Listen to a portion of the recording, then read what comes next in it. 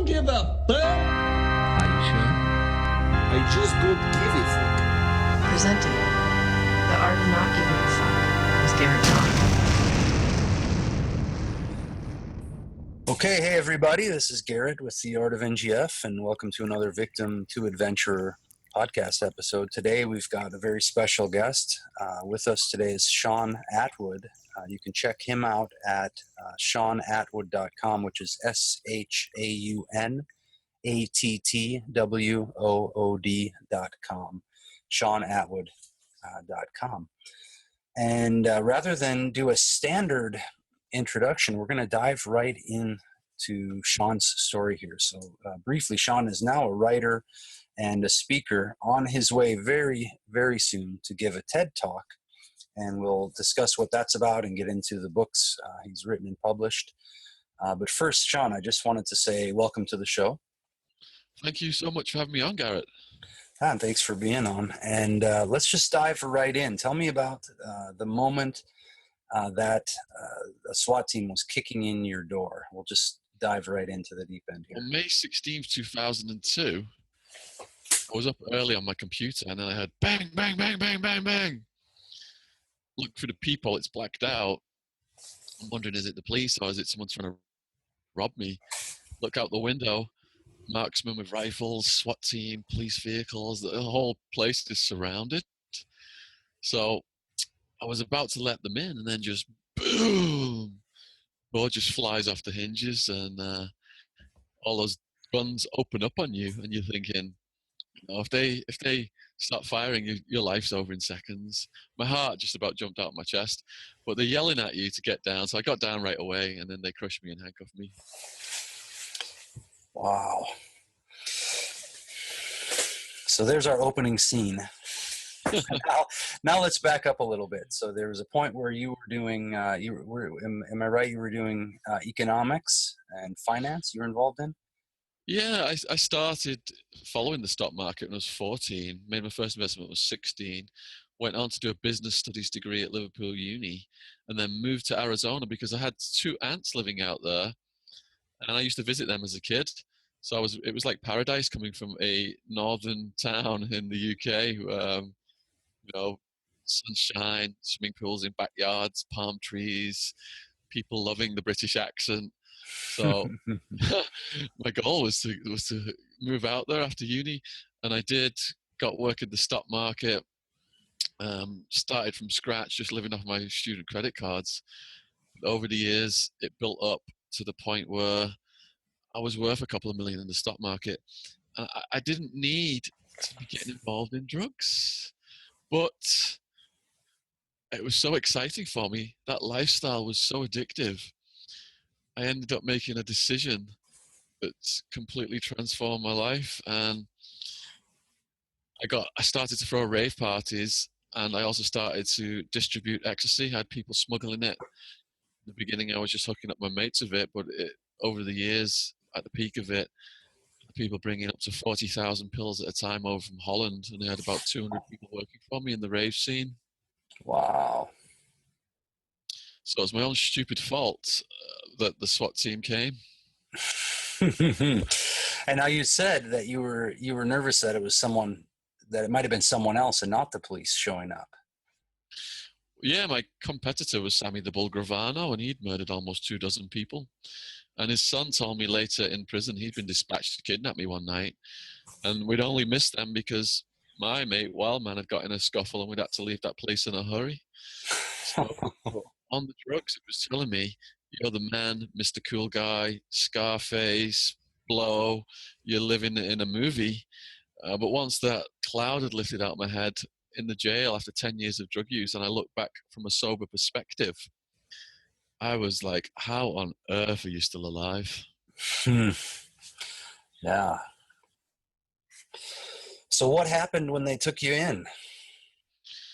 Well, it's all completely gang controlled, isn't it? You got to get used to heads getting bashed against toilets, bodies getting thrown around, and if you're a white person, then you come under the control of the Aryan Brotherhood prison gang, which are neo-Nazis. I mean, there was guys in there that one guy had a tattoo of Hitler on his chest, saluting Zeke Heil, and he was watching Jews getting incinerated in a gas chamber. So this is this is the kind of environment I put myself in, and I had to learn to survive very rapidly. And it also caused me to reflect on what I'd done and come up with the most important lessons I'd learned in my life, so I would not end up in that situation again. Yeah. How did you find the motivation? I mean, what was it like inside your mind, over the course of, say, the first week or two that you ended up in there? Oh, first week or two, it's just raw survival. So everything you're thinking about today, what am I going to have for dinner tonight? What are me and my partner going to do? We're going to watch a movie. That kind of stuff, it's all out the window. When you're in a place where heads are getting smashed against toilets and blood's getting splashed against walls and sometimes on you, then all you can think about is who can help me in this situation and who might harm me.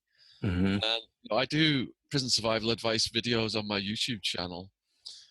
And one of the most important things I say, if you're not a big tough guy who wants to fight your way through it, is make alliances with the right people. Mm-hmm. That's what I did over time. Writing kind of became my currency because I never set out to be a writer. I was exposing the human rights violations in the jail. Guards were murdering mentally ill prisoners, dead rats in the food, on occasion, cockroaches crawling all over us at night so we couldn't sleep, no sunshine for almost a year. So these human rights violations, I started to document them, got smuggled out by my aunt, put on the internet as my blog, John's Jail Journal, and that went on to attract international media attention. That's what led to me becoming a writer. Wow. So they never discovered that it was you while you were on the inside? No, they didn't. Not in the remand jail, no. Yeah. Well, it's probably good you're not around any of those folks any longer. Yeah, absolutely. I wake up with a smile on my face now because of that. Yeah. Yeah. Well, that's amazing that you were able to, how were you even able to so you got started with the writing, you started documenting these things, which must have given you some amount of strength and at least a solid footing of a goal, something to do. It was completely cathartic. By writing about what I was enduring, it was helping me psychologically because people started to read it from around the world and send me letters, and some sent books via Amazon, and it was like they were there with me in spirit. So these kind people restored my faith in humanity, and I'm still in touch with some of them to this day. And if any of them are listening to this, I can't express my gratitude enough. Yeah, that's just beautiful. And that you're able to get stuff put online from on the inside is really excellent as well. Yeah, with a little golf pencil, I wrote on paper, and my aunt smuggled it out, and she emailed those little notes that I'd wrote up to my parents over in the UK. Wow. That is just excellent. One of the things we talk about a lot on here is the shift in the mindset or in the perspective, like I mentioned, from victim to adventurer. And one of the ways to get from here to there, we call the SPY. That's one of the models that we use to reference that. And it seems like that's just right there in your direct experience. There's the victim, which is just, oh, fuck, I'm stuck in this situation. What the hell am I going to do? And then somehow the SPY gets activated. And there it was, writing these tales and slipping them out. And the SPY gains ground and can remain confident even in a situation that otherwise would victimize, the average person. So that's really fascinating, that aspect. What was that? Go ahead. Yeah, I agree with that, but I'd like to make it clear I don't want to portray myself as a victim to any listeners in the wrong context, because I deserve to be punished. I was causing a lot of harm to society with the drugs I was importing. And if I was a victim, I was a victim of my own adventurous nature, my risk-taking nature. Yeah. I made those choices to get involved in criminal activity. Right. Yeah, that's an important point, as you realize, and especially like you said, looking back,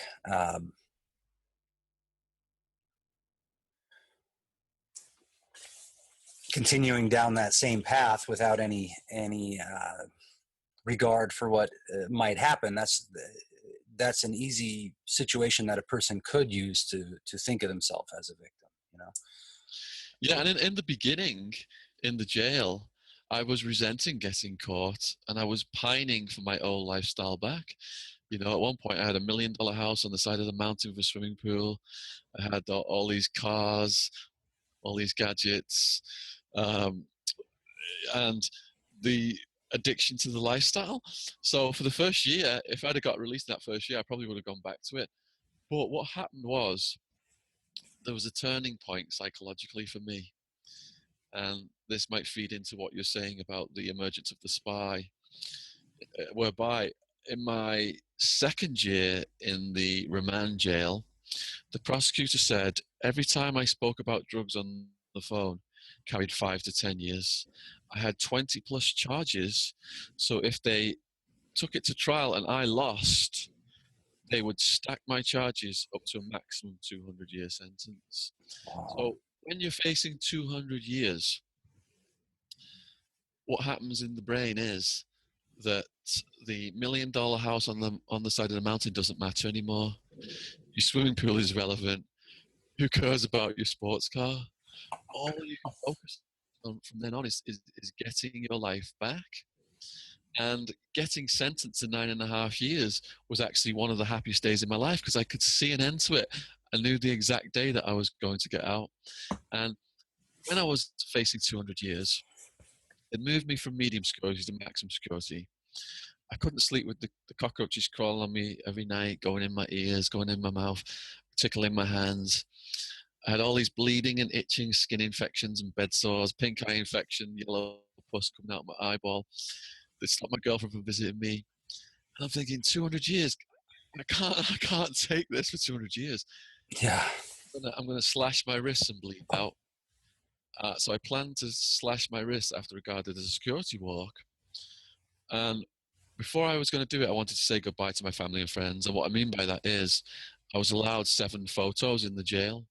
Mm-hmm. I got out these photos of my mum, dad, sister, girlfriend, and I'm looking at them. I'm getting real sad. I'm thinking, mum's going to get a call saying he's slashed his wrist in an Arizona jail cell. I couldn't bear the thought of putting her through that, and that's what stopped me from doing it. But the next day, I felt silly for feeling that way, and I felt guilty and selfish because, like I said, I'd put myself in there. And I started to pay attention to the needs of others. Prior to incarceration, my behavior had been narcissistic, hedonistic, selfish. But once I got in the jail, as I reached this turning point in the second year, I started to help people. And in the beginning, I would read people's legal paperwork because a third of the guys in there couldn't even read all right. Oh, wow. You know, the media likes people to believe prisoners are all psychos, serial killers, rapists, murderers, but it was really the warehousing of non-violent drug offenders and society's most vulnerable people. Yeah. Low-level drug users were by far the majority of the prison population. So I started to teach the Mexicans Spanish so they could write home to their loved ones. And I felt all the more guilty because I didn't have the advantages many of those people had in life. And towards the end of it, of the second year, I started to think, how can I articulate the situation? And that's what led to me writing the blog. And that it was the blog getting discovered that led to me becoming an author, which it then gave me credibility to do talks at schools. So one of the most important lessons for me to learn was to stop being selfish and just be materialistic and to start helping other people. And, you know, helping other people, it put a brake on my ego because it was my ego unbridled that led to my own demise. Mm-hmm.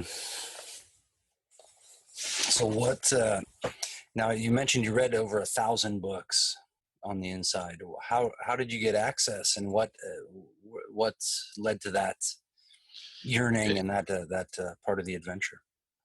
In the beginning, family members were sending me books, and then as the blog gained momentum, blog readers kindly started to send books. There was a real Shawshank Redemption moment where in the prison after the jail, I was allowed 7 books in my cell, and this redneck guard with the aviator sunglasses and the chewing tobacco comes across the desert wheeling this barrow full of books And he's like, Attwood, get your ass down here.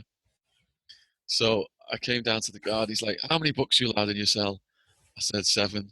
As well as over 50 books in this cart. I could classify them as contraband and destroy them all. But because I know you're sharing them with the other fellas and you're donating them to the library, I'm going to look the other way and they're all going to disappear. And I just yelled at all my mates. And we grabbed these books. We were like a trail of ants going across the desert holding these books. Mm-hmm. And it was like Christmas in my cell. They were all sniffing them and running off with books. And everybody was just so happy because, things like books are gold in prison. Yeah.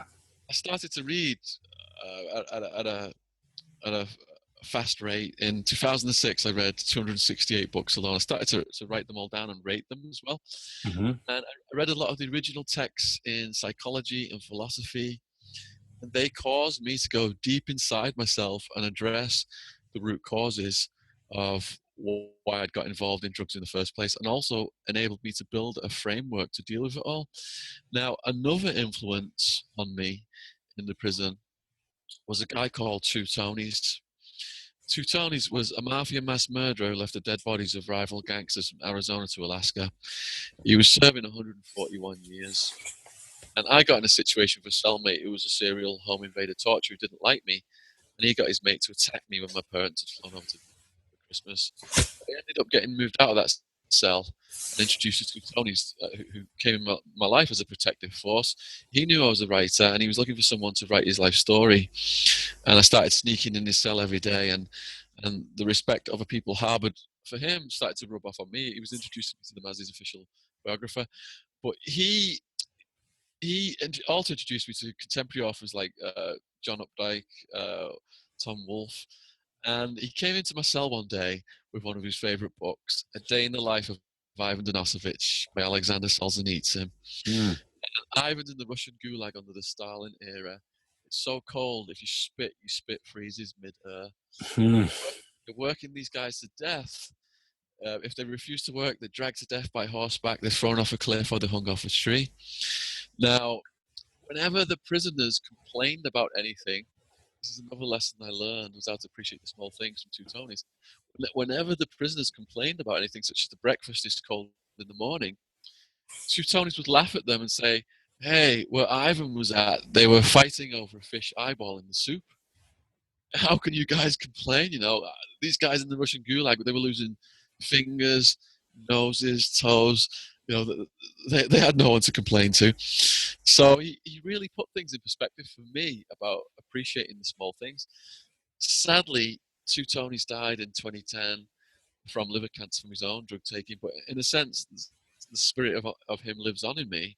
Mm-hmm. I'm going with a smile on my face now because there are no dead rats in my food anymore. There are no cockroaches in my bed. I'm free. I'm in the West where conditions are extremely good compared to a lot of the horrible stuff that's going on around the world. And it's given me a whole new appreciation of life. Yeah, that's absolutely beautiful, man. Something Will mentioned that he wanted me to bring up was some of the art and the expression and the poetry, the things that you witnessed, expressions of beauty that you saw on the inside in jail. The media has us believe that prisoners are just all psychopaths with playing video games and having a good old time with luxuries and stuff like that. That's not the case. Most people in there, it's to do with drugs, and drugs is the great equalizer. It brings a lot of people from different walks of life into the prison, and there's an extreme amount of talented people in there. And there's artists, there's poets, there's writers, there's what's called a prison intelligentsia, guys who are doing long sentences. They get multiple degrees. They go on these like self-study programs. But the prison in Arizona, the system, it's so draconian. They don't give these guys anything positive to channel their energy into. It's allowed to be drug and gang infested mayhem because, these guys then, when they get out, they'll come right back to the prison, and the prison gets $50,000 a year of taxpayers' money per prison. It did back then anyway. That's what keeps the prison in business. These guys, these talented people, the people with the addiction issues, they're set up to fail, and they come right back. Mm-hmm. Yeah, and there's so many ways that $50,000. If I was given that per person that I could use to, help somebody overcome whatever situation, I think I can think of a huge amount of things that I would do with it before trapping them into a cell. you know. Yeah, in the UK, you could send a young person to the top independent school in our country for less money than it costs to house someone for in a prison. Yeah, yeah. I mean, no, with that amount, you could send people out on, even highly protected, heavily guarded, uh, wilderness type trips, adventures, situations where they'd have to learn how to take care of each other. There's all kinds of Yeah, things that could be explored, absolutely. and that could be explored very easily. And if one thing failed, there's plenty to try with the next. It almost seems like a lack of creativity. And that's one place where we see this whole victim trip getting running rampant is people are all continuing to victimize themselves with the standards of the past. We all grow up and we see, okay, there's prisons, there's presidents, there's nation states, there's all these things. But there's an extreme lack of imagination and creativity of anyone even being able to think their way out of that, let alone propose something new. Like, hey, maybe this whole court thing isn't really set up the way we'd like. Maybe our parents were a little messed up here, or you know what I mean. There's no it's like a chronic victimized situation for everybody, whether you're rich or poor or not. You're still like an adherent, afflicted by the models that the people before you decided to make ubiquitous. Yes, and it won't change because the big money's on the status quo. Right. But I do credit saying that I do credit it. I'm the poster child really for the prison because I've emerged as a successful person. And I do credit it with getting me off the drugs and saving my life. And perhaps I was an aberration because I had such strong family support. I've got an education. I'm a bit of a self-starter, an entrepreneur, and all these people from around the world, these kind blog readers, were helping me. And you Yeah. mentioned about the reading earlier and the takeaways. There was some. I went on this fantastic journey through literature, and there was a therapist I came into contact with in the prison called Dr. O, and he was into neuroscience and Eastern philosophy, and he knew I was reading a lot of philosophy and psychology. Oh, He said it's great that you're reading all this stuff, but how can you apply it to your life? He said I want you to write down some quotes and bring them to me, and we'll discuss how you can apply them to your life. And I'll just like to go over 3 quotes because I yeah. think they might be helpful for some of the listeners if they're going through the kinds of things I've been through in my life. One of them was Friedrich Nietzsche. He was the German philosopher. He was one of my favorites. And the quote from him that I really liked was, "Live your life like a work of art." And what I mean by that is, look at how much effort people put into a work of art. If you put that much effort into living your life, imagine how much the quality of your life would improve. Another one was Marcus Aurelius, and he wrote a little book called Meditations, which I read over and over again in prison. It's really good for people going through turmoil. And his quote was, if there's a storm at sea and the waves are coming up, be like the promenade upon which the waves lash, but you stand strong and firm with all this chaos around you. And we all go through rough patches, the road of life, and if you can try and remember and fall back on quotes like that to keep that mental equanimity during those tough times. I just find people like Aurelius inspirational for tough times. And then the third one was a philosopher called Epictetus, and he said, "We're not disturbed by what goes on around us, but by our thoughts, our reaction to it." I'll give you an example to that. In the prison, people all day long are calling each other names, and the people who react the most to the name calling, they get picked on the most. Mm-hmm. So, but according to Epictetus, it doesn't matter what anybody says to you, you have control of your reaction to it via your thoughts. You can choose to ignore it or react in a different way. and that puts the power back into the person who's potentially going to get victimized. Yeah, excellent. I've seen those authors mentioned lately too. Marcus Aurelius. I'd seen the meditations quite a few years ago, and they've come up again recently. I think people are republishing and repurposing some of the Stoic, what they call the Stoic authors, and Epictetus as well gets mentioned in that context. That's really interesting that you discovered those in the flow of your experience in there. Yeah, I still fall back on this to this day. Get stuck in a traffic situation, and I see people blowing gaskets in their brains because they're so frustrated because they can't move. I just went to an Indian restaurant to get a takeaway this evening, and the traffic is completely jammed. And people, I see all the commuters, like, they're just absolutely frantic because they can't get home. And then I start to, and we've all been there, but if you can come in with something like one of those quotes and just makes you realize, it's not the end of the world. There's mudslides in one country, there's a tsunami in another country's getting bombed, people getting blown to pieces, people are drowning. Getting stuck in that traffic, it's not the end of the world. Yeah, it's no big deal. And I see that a lot. And that is, in a way that kind of ties into maybe what led you to start down the road of, well, you said you were already successful. You met with quite a bit of success on the financial level, or what's seen as successful, what's defined popularly as success. You have all that, and yet decided, because you could have just as easily bought all the ecstasy you wanted and given it away to people. You know what I mean? Like it could just as easily been something where you never risked as much as you did. So in a way, it looks like, from the perspective of looking back from now, it looks almost as though the path was set up in front of you.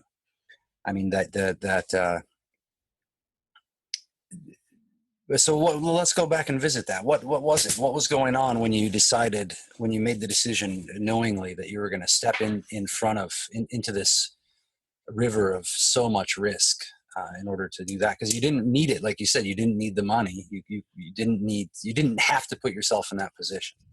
There was a transition from me working as a stockbroker, having a lot of money, showing off, buying people drugs and handing out ecstasy pills for free. And there came a point then when I saw the business potential of it, and greed took over. And I started to apply my business studies knowledge then to building this criminal organization. And it was structured pretty much like a corporation. I had divisions, I had heads of divisions. We had a crime family dinner every so many months where the heads of divisions came. Everybody in the organization had legal benefits, whereby if they got arrested, a lawyer would be assigned to them right away, and they would get bailed out right away, and they were instructed, never to speak to the police. So yeah, that's what happened. And I think part of it, I've got an addictive personality type. Mm-hmm. When you're throwing a rave party for thousands of people, and you've got like 20 bouncers in there, effectively your bodyguards, and you've got people coming up to you all night long, hugging you, thanking you for the ecstasy and the music and the vibe. That is more addictive than the drugs. Mm-hmm. All that attention and the power and the feeling of being in control of all this stuff that's going on, it was way more addictive than the drugs and the money. It's just that's why it's the lifestyle. It's the hardest, one of the hardest things to give up. So what would you say, and forgive me if I'm stating it in a way you might not, but what was something missing? What was missing? Because we're all given this standard of success, and part of what my work is helping people destroy that and then discover their own, create their own, evaluate, and based on personal experience, and then develop your own definition of what success would mean, which could mean a bunch of failures. In the case of art, it has to mean a ton of failed attempts along your way of learning, to master anything really. So what was missing though? What was missing from the life of the stockbroker, that has the house, that has the pool, that has the, because again, like I'm saying, you could also have hosted parties and had people around and done it in such a way, like I said, where the money was still flowing from something was drawing you toward the risk, is what I'm trying to hint at here. Exactly. Adrenaline junkie personality type that I've got wanted more excitement. And, when you're running a smuggling operation and dodging the police, that's putting you on the edge of that adrenaline fix. Mm-hmm. So there's far more to it than just the money and the drugs. It's that addictive personality and the excitement associated with it. And another thing that the therapist said to me, Shaun, the way to handle this addictive personality type is to view it as just energy. You were choosing to take your energy and to put it into negative addiction. Racing around in my sports car on crystal meth, hanging out with all these gangsters in the drug community, stuff that could have got me killed. Mm-hmm. He taught me, if you've got this addictive personality type, the key is to put your energy into positive addictions. Mm-hmm. So that's what I do now. Karate is come out of a natural high. Public speaking, getting up in front of hundreds of people, to a natural high. Yeah. So I've still got that personality type that led to me getting into trouble. But I've learned now, by going inside myself, by taking time for introspection, how to handle it by channeling my energy into positive things. And so would you say you see a difference now in the way, how does your mind work now? Like if you, one of the hallmarks we talk about, that victim to adventurer thing, is that the victim's always doing things out of fear or avoiding or running away from, hiding from the facts of the situation rather than facing them and then being able to deal with things as they are, with the tools that you have at hand. It can feel almost like climbing up out of a hole where all the goals were fear-based and hiding out based, and then emerging into, now you're doing a TED Talk, you're doing your books, which all have to be self-determined. Like you said, you're a self-starter, but is there a difference in the way that your mind works now? Like how you think about goals and what you want to get yourself involved in? From being a teenager, I'd watched that movie Wall Street, and greed is good. And my goal was to make a hell of a lot of money in the stock market. And I did that, got off track, made money in ecstasy as well. And it was all materialistic. It was all structured, I think, very long range. And, presently what I do now is I still have long range goals and stuff, but I'm going along with what my heart is telling me to do now. Uh-huh. I'm not going with this materialistic program that I had set in my brain from when I was a kid. That's beautiful. So what would you, a lot of the guys that end up around here listening to the podcast or doing this type of work have experienced a life where they have attained the success that they thought they should pursue. And then that is almost a worse blow than dealing with a life of massive problems, because they have attained what they thought they should want, and what everyone, what the society, like you said, sets us up to attain, and then they get there and it's empty. They're not happy with it. Yeah, it's a graveyard, isn't it? You see a lot of people that go off to university, get brilliant academic credentials, go into careers such as investment banking or law. They're working these ungodly hours for massive amounts of money, but they get burnt out. And, by the time they're in their 30s, they're scratching their heads thinking, I've just spent the last 10 prime years of my life going through this for what? What is all this money? What does it all mean? I can't take it with me at the end of the day. And I think a lot of people now, more than ever, are just waking up to that, and they're going with things that their hearts are telling them to go with, and traveling the world and pursuing all kinds of quirky interests and setting up their own businesses. And I just, I mix with a lot of people in London who are have come out of these high intensity careers and are doing these other things now.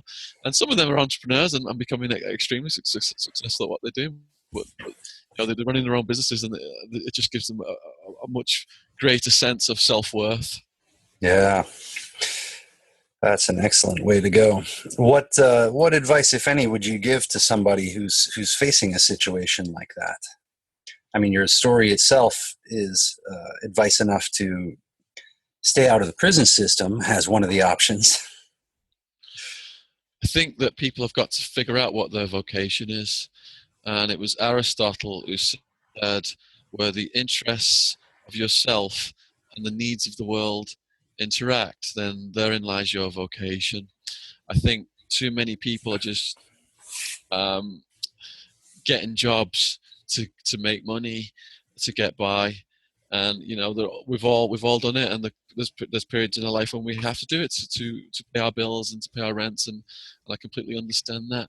But I think in the long run, it's going to swallow your soul, and people should really try to find a way to put their interests to use to make the world a better place. And you know, there's all kinds of creative ways to do that. Yeah, definitely. I love that Aristotle quote. Thank you for mentioning it. I think that can be very useful for people. And a lot of times, I think with artists especially, and you might know from being a writer as well, that a lot of times artists they'll focus on their passion, but again, they'll find themselves back at a job they don't like or doing things that they don't care for because of a lack of finding out where that, well, first of all, devaluing their own artwork and their own contribution, not thinking of it as a contribution. And then second of all, not matching it up with the needs of the world. Yeah. You know, Stan Lee, the famous comic book artist, said that he felt like a failure for so many years, even though he was wildly successful at what he was doing. And he realized somehow down the line that he was providing such a wonderful service to everyone who was reading his books. He was providing fantasy and escape and excitement and this hero's journey and, you know, all these things that he didn't even know he was offering. He just thought, these people were saying I was just a stupid comic book writer and I should have done something more professional. That's it. It's a function of perseverance and not necessarily recording your success in terms of what your paycheck is in the present moment. I think things have got to be sacrificed. You know, I do think very long range. And if you look at the people like Robert Greene, he's got all these books out, there's all these talks, and he worked a hodgepodge of a variety of low jobs, and he credits all that period of his life as giving him information from all these different fields, which then fed into him being able to pursue his passion and to become completely successful at it. So for people who are in regular jobs and are looking to pursue their passion, I think Robert Greene's story is very inspirational, because you know what you're doing right now might be actually setting you up for something much bigger in the future, something that will appeal to your heart. Right. And just becoming aware that that's a possible thing to be focused on in your mind. One of the things we talk about a lot is something called imagination training. And by that, I just refer to what the hell's going on in your mind all day. And if the mind is constantly upset by all these things and then imagining future catastrophes and revisiting past regrets, it has no time or energy to spend on, you know, active daydreaming and looking around or visiting a museum and say, maybe I want to be a fucking painter. Yeah, let's get some paints today and watch Bob Ross or, you know, or whatever it is that comes up when a lot of people would benefit just from putting on some Mr. Rogers' Neighborhood or something like that, just getting the imagination working on anything other than this self-victim trap. Yeah, Eckhart Tolle really touches on that in The Power of Now. People getting anchored to the past or worried about the future, but all that matters is the present, because that's all we've got. And you know, you could worry yourself all day long, and most things we worry about actually never even happen. Yeah. So it's a complete and utter waste of mental energy. So you know, we all have these emotional reactions to things from time to time, but if you can build a framework in your brain that short circuits that worry process, then when your worries start to kick in, you can become the witness, look at yourself, see those worries, see what's happening from like a neutral perspective, and then this short circuit process kicks in, and you can stop it from actually getting any worse and put yourself back on track mentally. And that's their techniques I use all the time. Yeah, that's excuse me, that's excellent. Excellent. That's some really good news, is that even in the most dire and difficult of circumstances, I mean, we're talking about your being stuck in prison facing 200 years, and yet somehow your imagination must have gotten it just came to life in all those books, and started serving you in all kinds of different ways. Absolutely. You know, like Two Tonys taught me, there's always somebody worse off. One of the most inspirational authors I ever read was Viktor Frankl, and Yeah. he survived Auschwitz, and he said the people who lasted the long in Auschwitz, or the ones who survived and actually got out, were the ones who put meaning into their lives. They Mm-hmm. weren't giving up. They were forming little groups. They were singing songs. They were, had little networks going. They just, whatever little things were available to them, they used them to put meaning into their lives. And psychologically, then, that enabled some of those people to actually enjoy the situation and get out alive. There are some good crossovers between the prison can be a good metaphor. Obviously, in your case, you got to experience it direct, but it is the way that people feel about the life that they're living, even if it's not as extreme.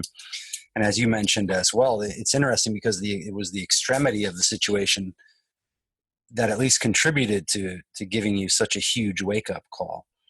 Whereas folks on the outside may live in a mental prison of their own creating and never get a wake-up call, let alone an extreme one that forces them to do something about it. Yep, and Two Tonys touched on that as well. He said, the guy in his cubicle at Intel, who's just working all these years until he hits retirement, and is not really happy in his life. That person is in a mental prison. They control them with stock options and pensions and all these other things. They're like the bars on the prison, of the stock options and the pension that he's at risk if he leaves. He might lose his pension, things like that. So yeah, absolutely.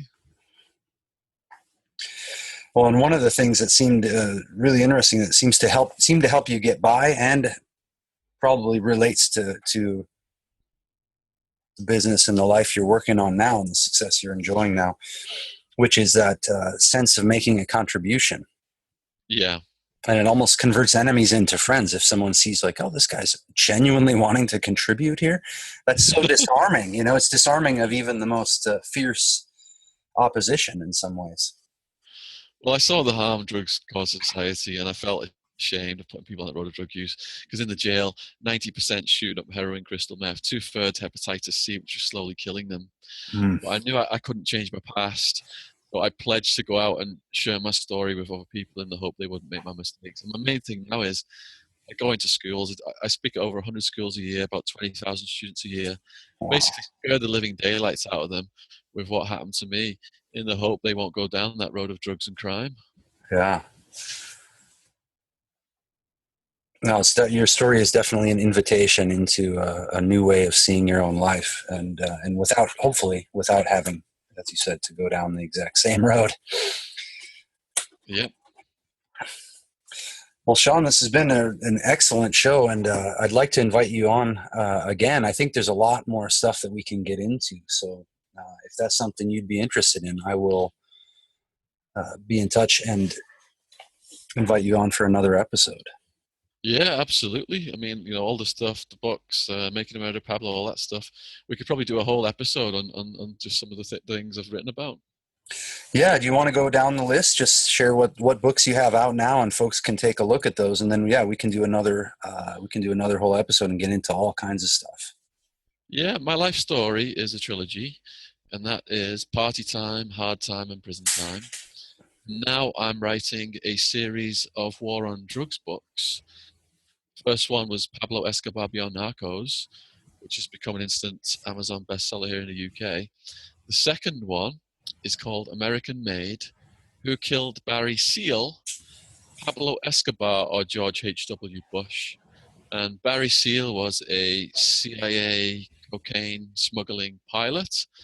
And there is a $50 million Hollywood movie coming out about him in September, starring Tom Cruise. Wow. I am going to have a book out in January called Unmaking a Murderer: The Framing of Stephen Avery and Brendan Dassey. And the money from that book is actually going to go to the lawyers for Stephen Avery and Brendan Dassey, half of it. And half of it is going to go to something I've set up, whereby I donate free books to school kids and prisoners. And in the past 2 years, I've managed to donate 15,000 books to school kids and prisoners. Oh, wow. Congratulations, man. That's beautiful. That's a great contribution. Thanks.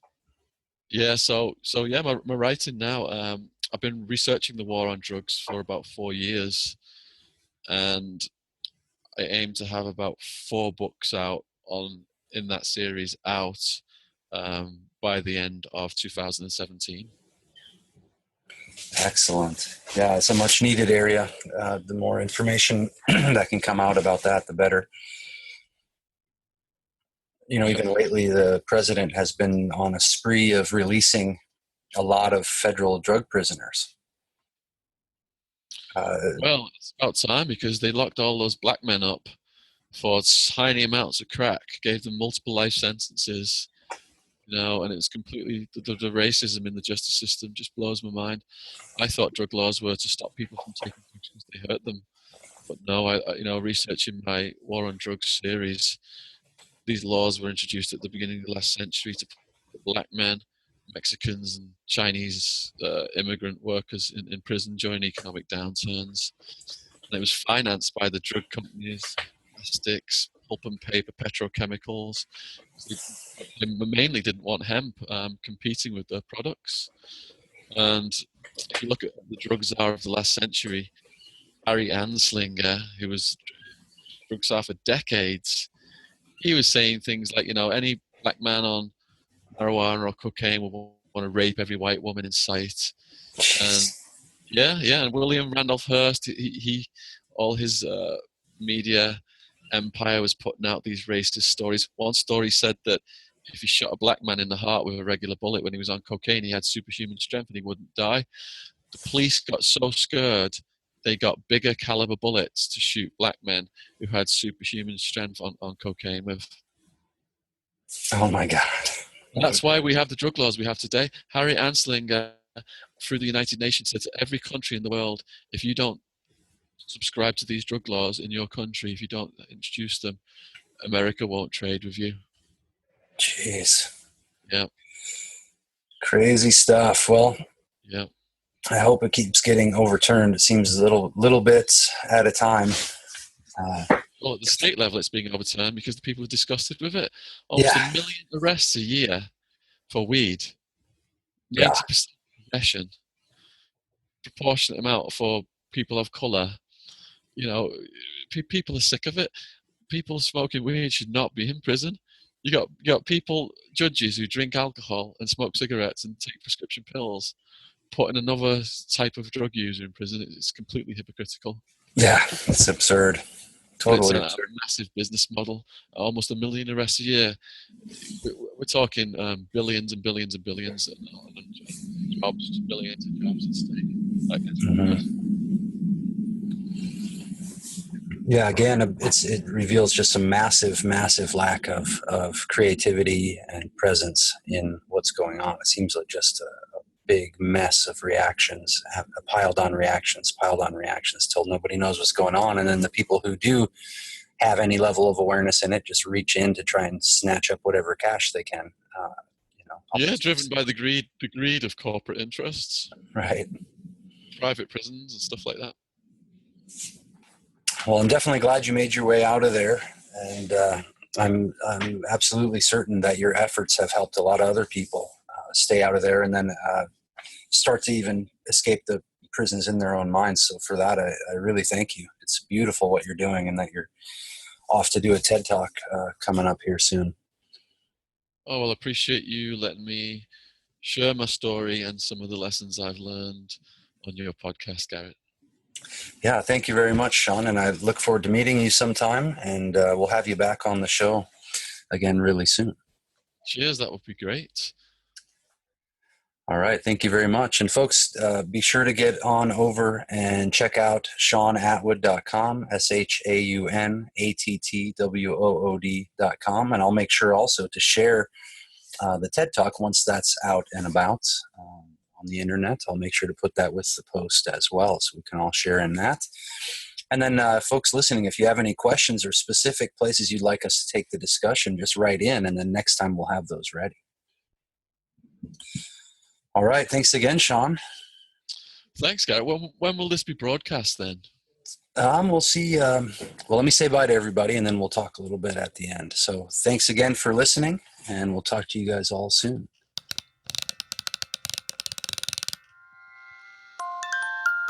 Thank you for listening to the Art of Not Giving a Fuck podcast. For more info, visit artofnotgivingafuck.com or radicalundoing.com.